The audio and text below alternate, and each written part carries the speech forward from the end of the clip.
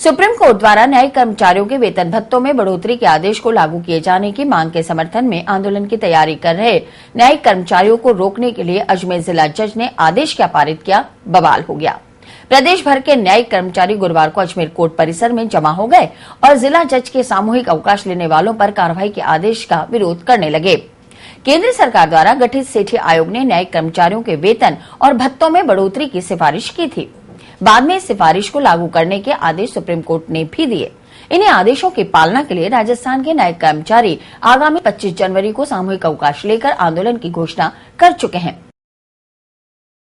न्यायिक कर्मचारियों के लिए एक सेठी वेतन आयोग का गठन किया था। उस वेतन आयोग की रिपोर्ट को लागू करने का आदेश 2009 में दिया था। राज्य सरकार 2009 से और आज तक टरका रही है, हमें उस रिपोर्ट को लागू नहीं कर रही है। सुप्रीम कोर्ट ने बार बार आदेश दिया।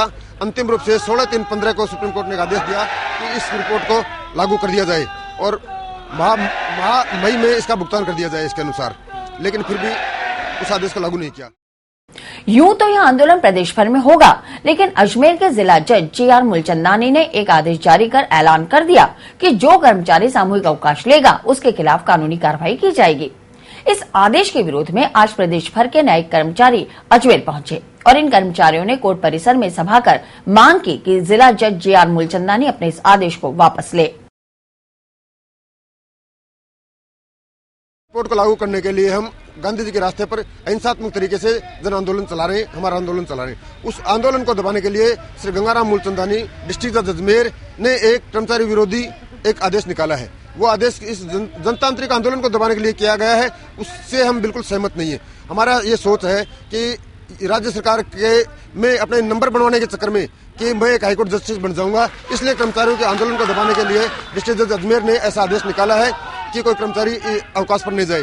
राष्ट्रीय संयुक्त संघर्ष समिति के आह्वान पर अखिल भारतीय स्तर पर 7वें वेतन आयोग की प्रतिकूल सिफारिशों में संशोधन, निजीकरण के विरोध और न्यू पेंशन स्कीम को खत्म किए जाने सहित बोनस के एरियर के भुगतान की मांग सहित अन्य मांगों को लेकर 3 दिवसीय विशाल धरना प्रदर्शन किया जा रहा था। गुरुवार को रेलवे स्टेशन परिसर में north western railway employees union और उत्तर पश्चिमी रेलवे मजदूर संघ के संयुक्त तत्वावधान में सुबह 10 बजे से शाम 5 बजे तक विशाल धरने का आयोजन किया गया। धरने पर बैठे रेल कर्मचारियों ने सरकार के खिलाफ नारेबाजी करते हुए विरोध दर्ज करवाया और बताया कि जब तक मांगों को नहीं मान लिया जाता तब तक आंदोलन संघर्ष की अंतिम लड़ाई अनिश्चितकालीन हड़ताल तक जारी रहेगा। धरने को यूनियन के अरुण गुप्ता, मोहन चेलानी, भूपेंद्र भटनागर और मजदूर संघ के एसआई जेकब, के गुप्ता और शक्ति सिंह ने अपना समर्थन दिया। National joint council of action राष्ट्रीय संयुक्त संघर्ष समिति के तत्वाधान में पूरी भारतीय रेलों पर आज 19 जनवरी से लेकर 21 जनवरी तक धरने प्रदर्शन के आयोजन किए जा रहे हैं और उसी के चलते आज अजमेर में 21 जनवरी को विशाल प्रदर्शन संयुक्त रूप से किया गया है। और ये धरना और प्रदर्शन इसलिए है कि इस देश की सरकार को इस बात की चेतावनी मिले, इस बात की सूचना मिले कि केंद्रीय कर्मचारी और रेल कर्मचारियों में आक्रोश है।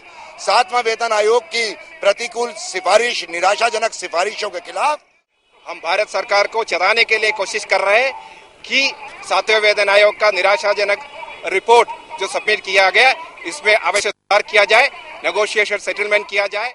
जो नई पेंशन स्कीम जिसके लिए हम लगातार 4 साल से 5 साल से संघर्ष कर रहे हैं, उसको हटाने के लिए रेलवे के अंदर उसको हटाने के लिए और रेल मंत्रालय उसके लिए राजी भी हो गया है, किंतु भारत सरकार की नीयत अच्छी नहीं है।